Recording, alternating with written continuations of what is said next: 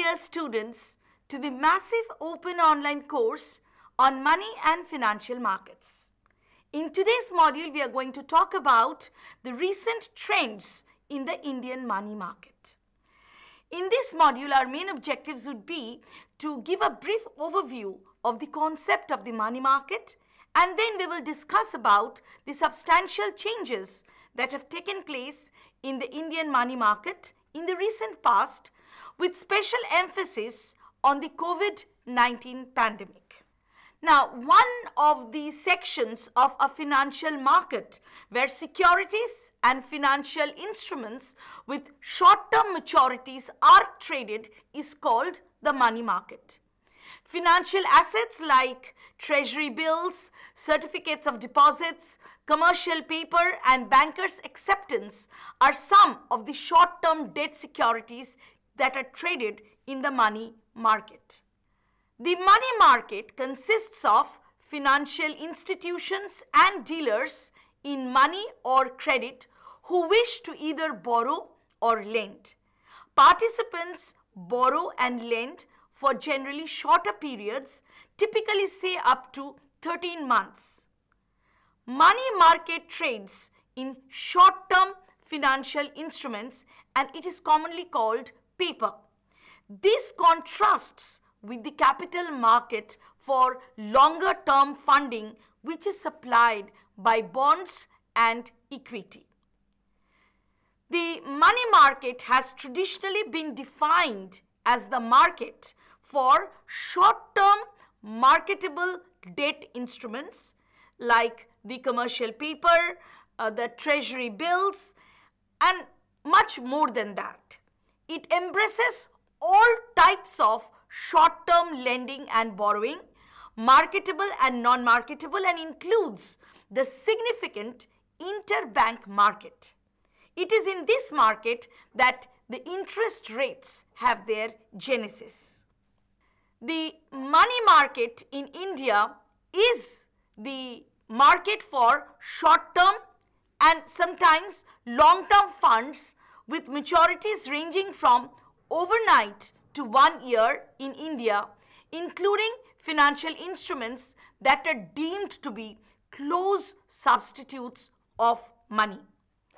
Similar to developed economies, the Indian money market is diversified and has evolved through many stages from the conventional platform of treasury bills and the call money market to commercial papers, certificates of deposits, repos, forward rate agreements, and the most recent interest rate swaps.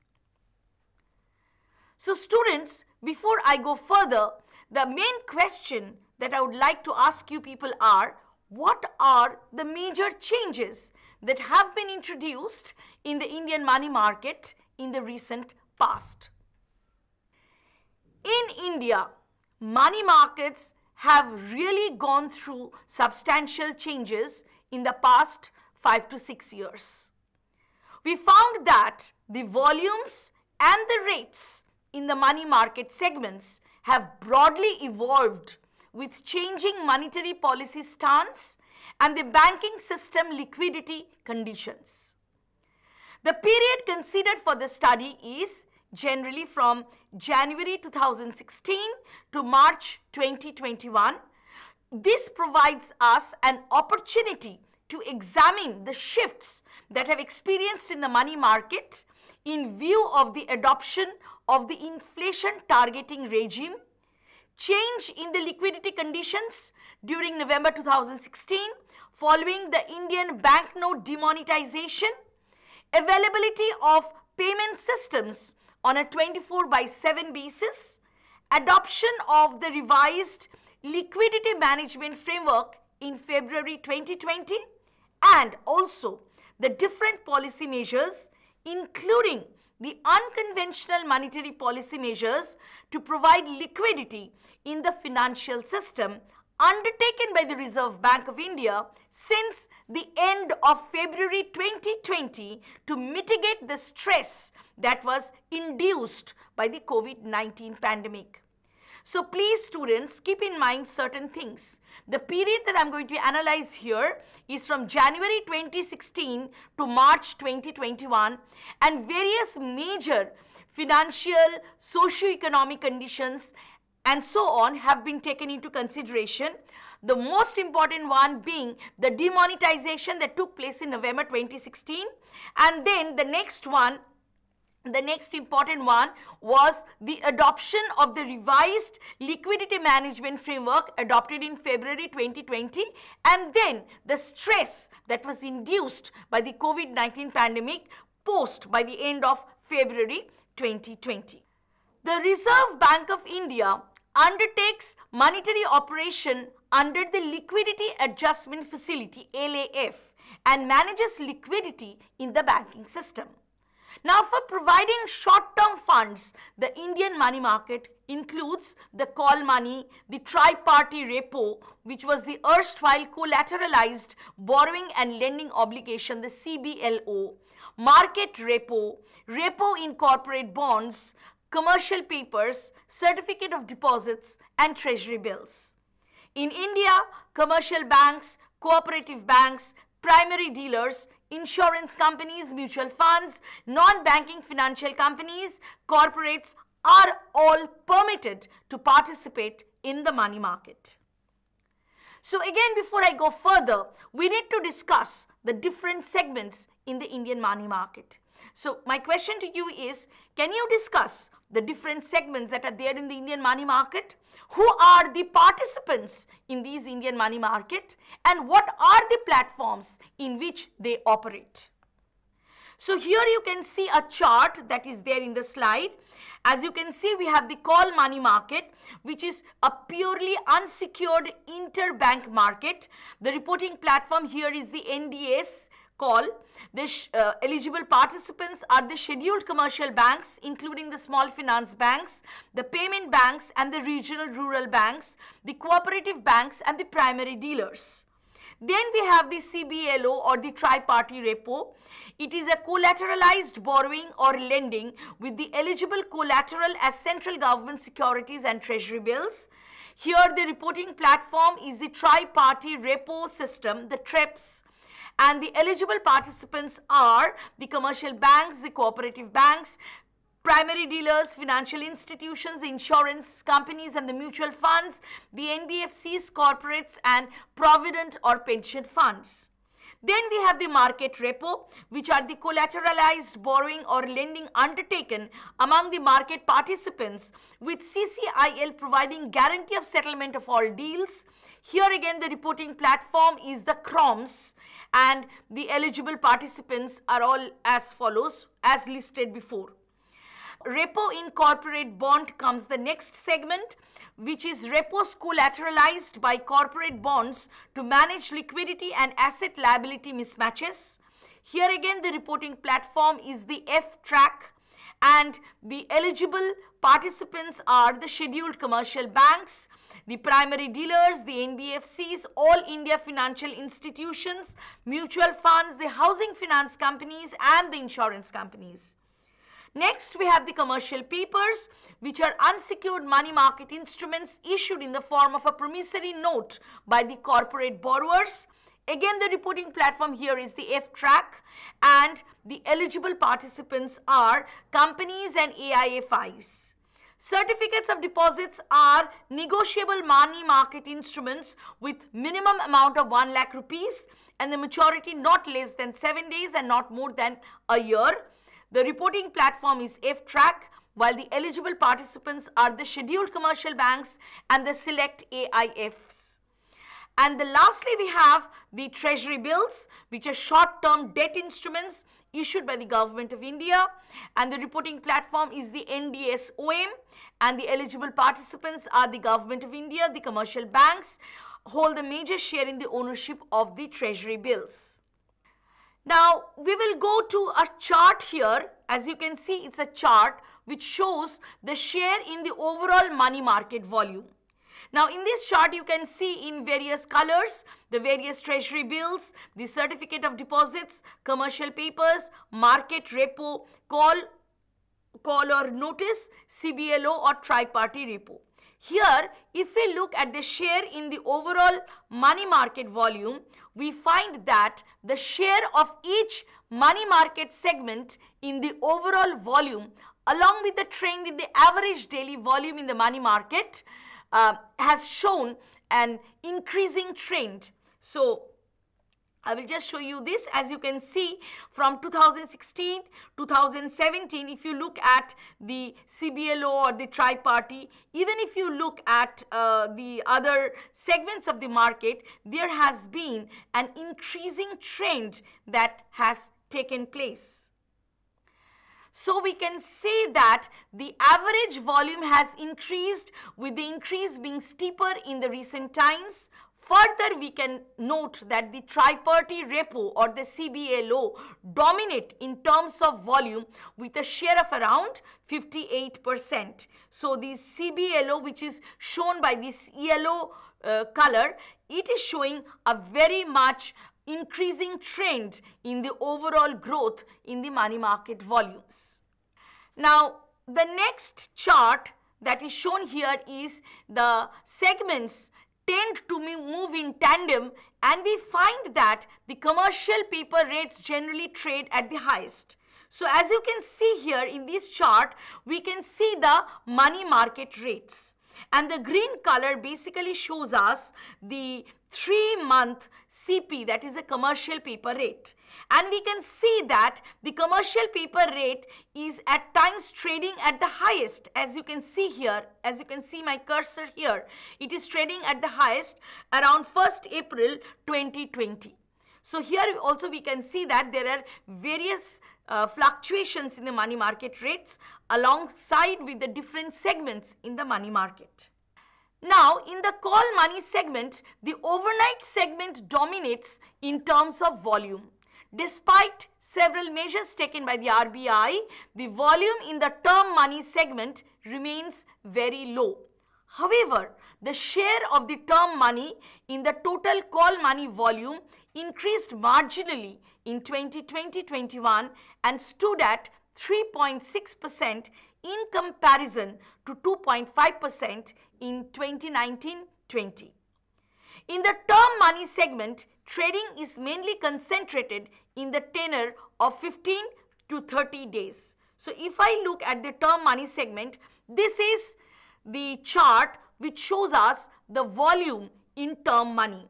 If you can see that there has been an overall increasing trend and at a very high rate in the less than 30 days share. Can you see this green color?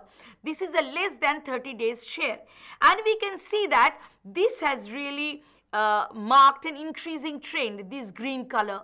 So that is what I have been trying to say, that in the term money segment, trading has mainly been concentrated in the tenor of 15 to 30 days. Now, what are the reasons for the underdevelopment of the term segment? Some of the reasons are the inability of the market participants to build interest rate expectations over the medium term, and the skewed distribution of liquidity, and also the preference of banks for LAF reverse repo operations over the term money market to deploy their surplus funds. Now, further, the market repo may be categorized into two categories. One is called the basket repo and the other is called the special repo.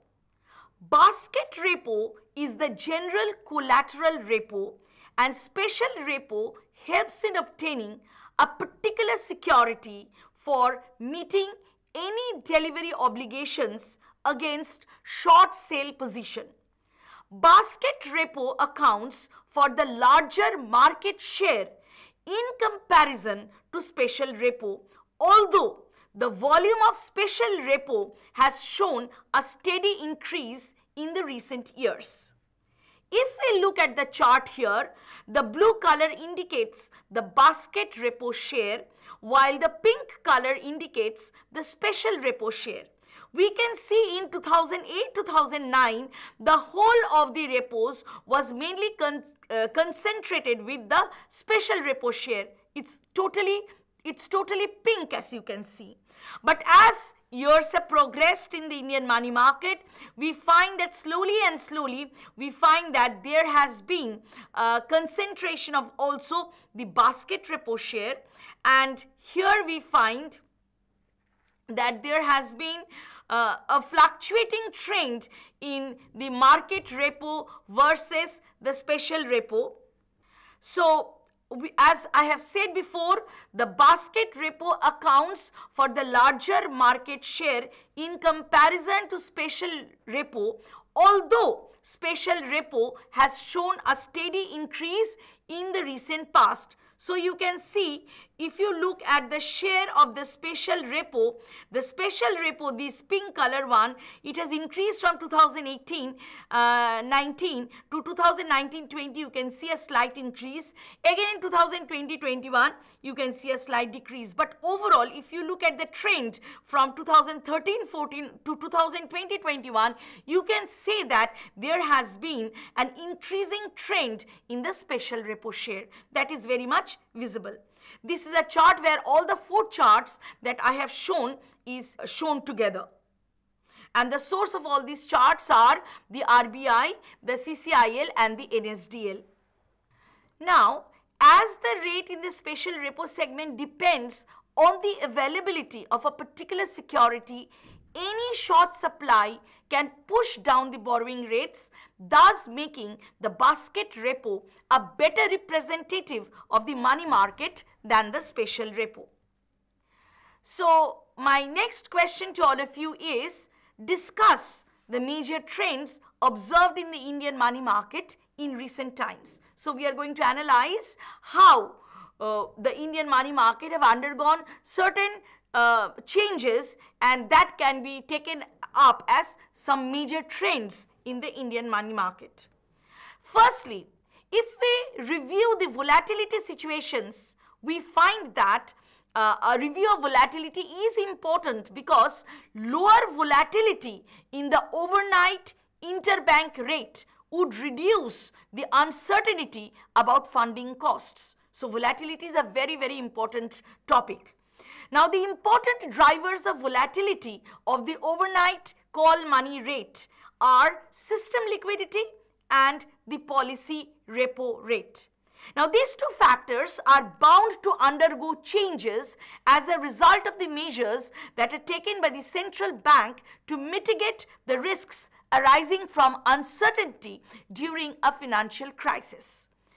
Volatility in the overnight money market, that is the call market, the notice market, the CBLO or the tri-party repo, market repo, is measured as the coefficient of variation of the volume weighted rates, and this has increased after the declaration of the COVID-19 pandemic. Now, the volatility basically peaked at around March 2020. And after it peaked at March 2020, obviously, the only way forward was a decline. It subsequently declined. Second observation that can be seen is that during the financial crisis, there was a shift away from unsecured markets towards secured markets.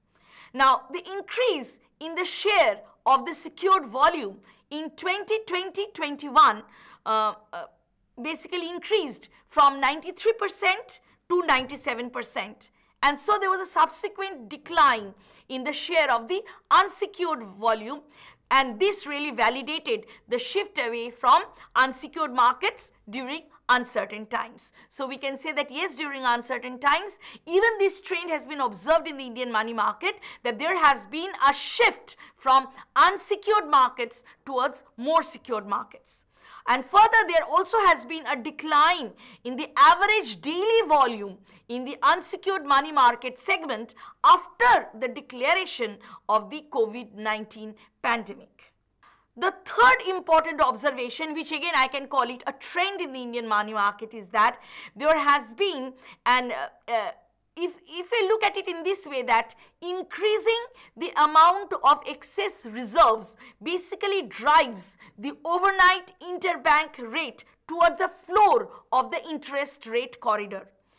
as the magnitude of system liquidity increased, resultant on the proactive measures that were taken by the RBI in order to mitigate the risks that were induced by the COVID-19 pandemic, we found that the rates had dipped below the reverse repo rates. So this observation that has been noticed in many other markets was also noticed in the Indian market, that whenever excess reserves have been increased, it really did drive the overnight interbank rates towards a floor of the interest rate corridor. And the fourth point that I would like to focus here is that increasing the amount of excess reserves does not impact the recourse to the central bank lending facility. A causal relationship in the Indian context is explored, by considering the utilization of the marginal standing facility. What is marginal standing facility? It is basically a window that has been provided by the RBI to banks for borrowing in emergency situations against the banking system liquidity. Now, consideration of a long time period may not be indicative of the relationship due to changes in the system liquidity, the availability of payment system 24/7, discontinuation of the daily conduct of the fixed rate repo operation as a part of the adoption of the revised liquidity management framework, etc. Interestingly, there was a correlation between the marginal standing facility utilization and the system liquidity during the period, say January 2020 to March 2021. Now, the system liquidity basically causes overnight money market volumes, but not MSF volume. Moreover, overnight money market volume does not impact the marginal standing facility volume.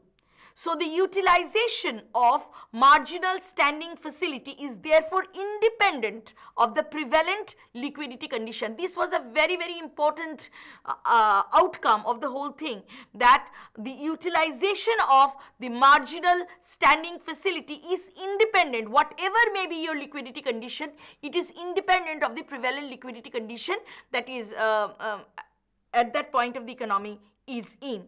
Coming to point number 5, this is a very important point. Here we would like to say that the financial crisis, whenever there is one, it really impacts the intraday interest rate, causing different average interest rates in the morning session and in the afternoon session.